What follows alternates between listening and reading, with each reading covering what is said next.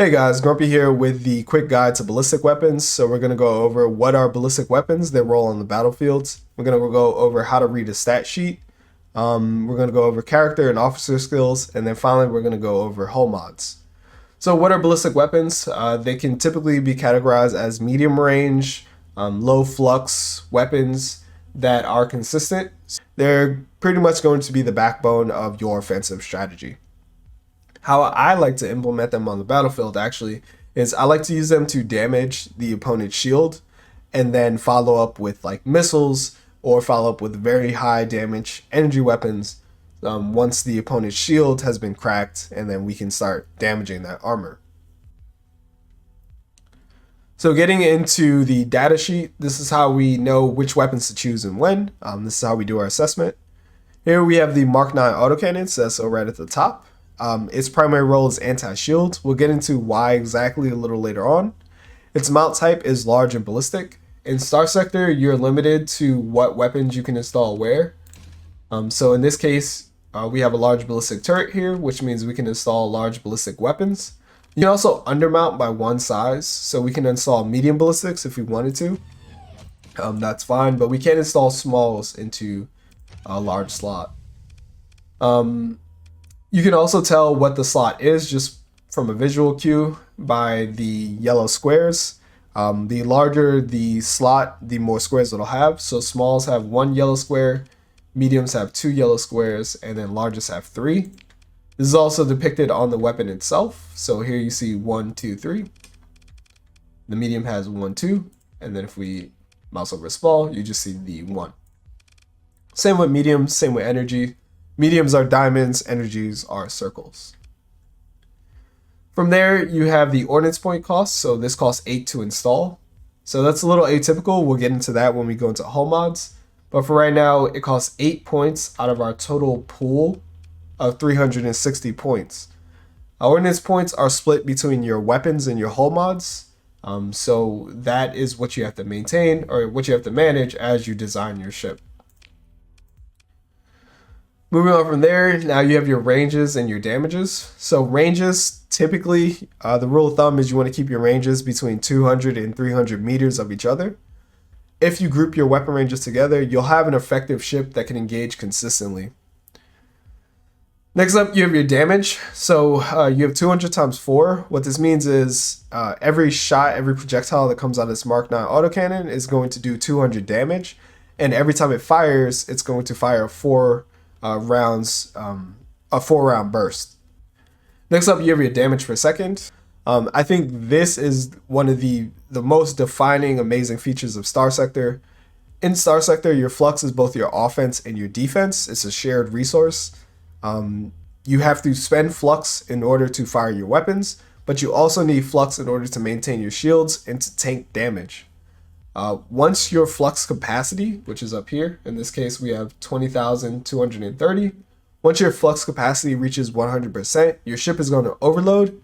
You still have access to your engines, but you no longer have access to your shields, and you no longer have access to your weapons. You're effectively a sitting duck, and in most cases, your ship is probably going to be destroyed if you overload. So flux per shot is 200. So flux per damage is 1.0. The way we know that is the flux per shot is 200. The damage is 200. So for every point of flux that I spend, I do 1 point of damage to my opponent. Now keep in mind, it's a shared resource, so I'm trading 1 for 1 with my opponent. Going into ancillary data is looking at its damage type. So damage type is what the weapon specializes in. So there are 3 main damage types for kinetic weapons, for ballistic weapons. That being kinetic, high explosive, and then fragmentation damage. Kinetic damage does double damage to shields, but half as much damage to armor. And if we go back to primary data, primary role, what you'll see is it's an anti-shield weapon. Oh, well that's because it does bonus damage to shields.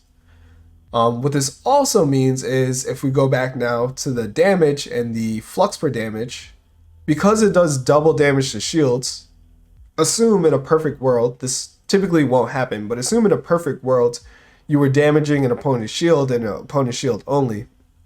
Well, actually, now the flux per shot instead of being 200 is actually 400, which means its flux per damage is actually 0.5.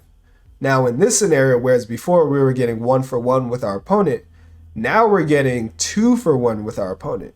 And as you can see, because we have a specialized weapon, now we're building an advantage in combat.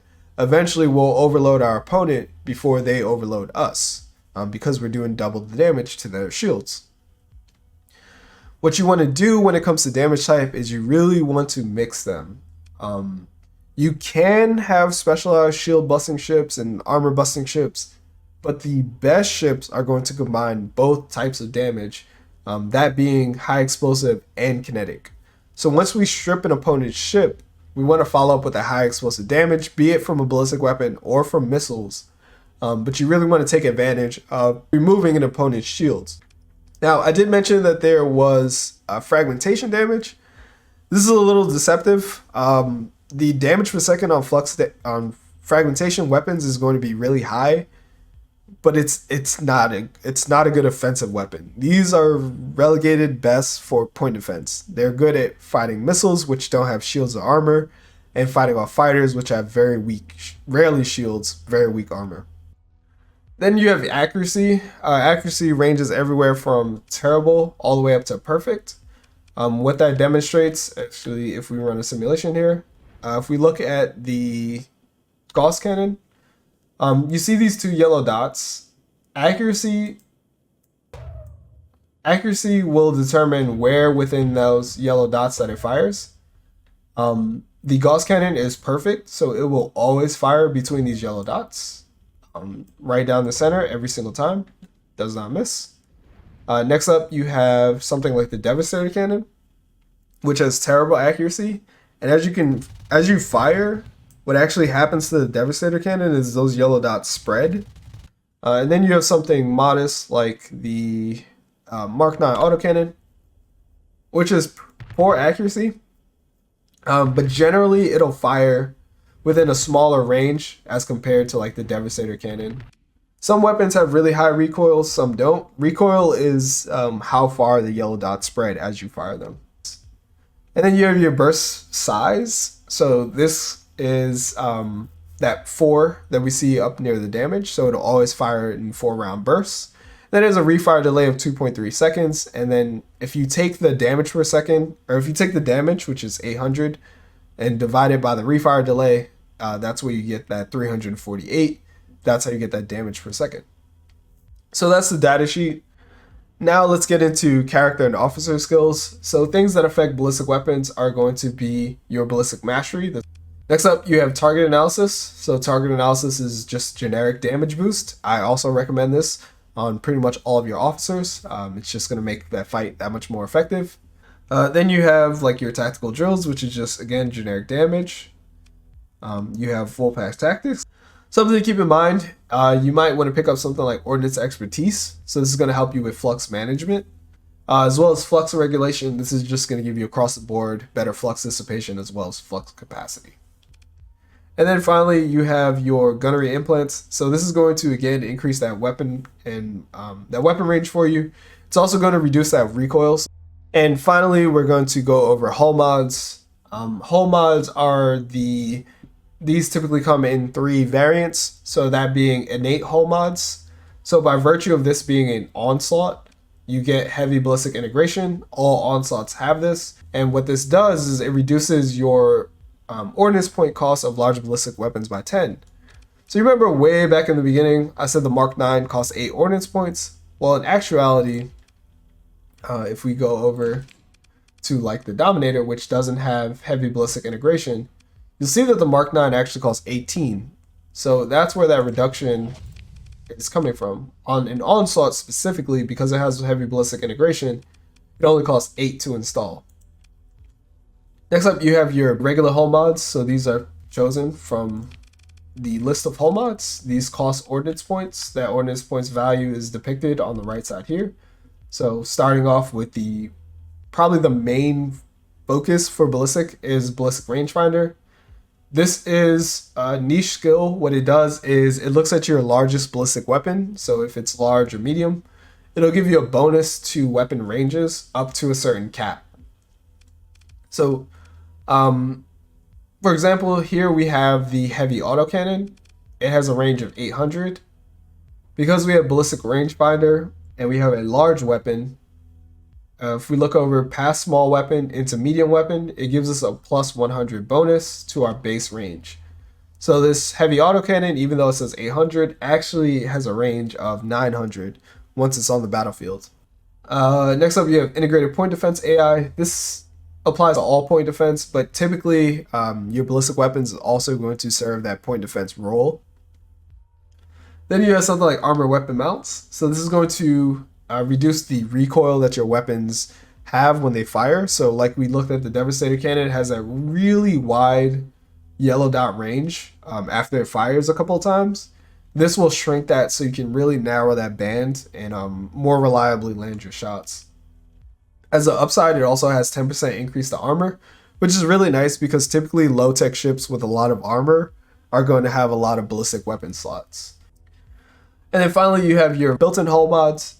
So these are like regular hull mods, however you spent a story point to build it into your ship. You get a bonus for some of these or a penalty depending on what the hull mod is. But their main benefit is that they save you ordnance points. So typically if you want to build in a hull mod, in the past you just looked at the value of it. So you would almost always build in heavy armor because it costs 40 on a capital ship. But nowadays, you may want to consider what the secondary bonus is as you build it in. So that's ballistic weapons in a nutshell. A lot of dense information, but again, this will be time-stamped. So just go to the section that you need. Hope you guys enjoyed that guide. Other than that, Grumpy out.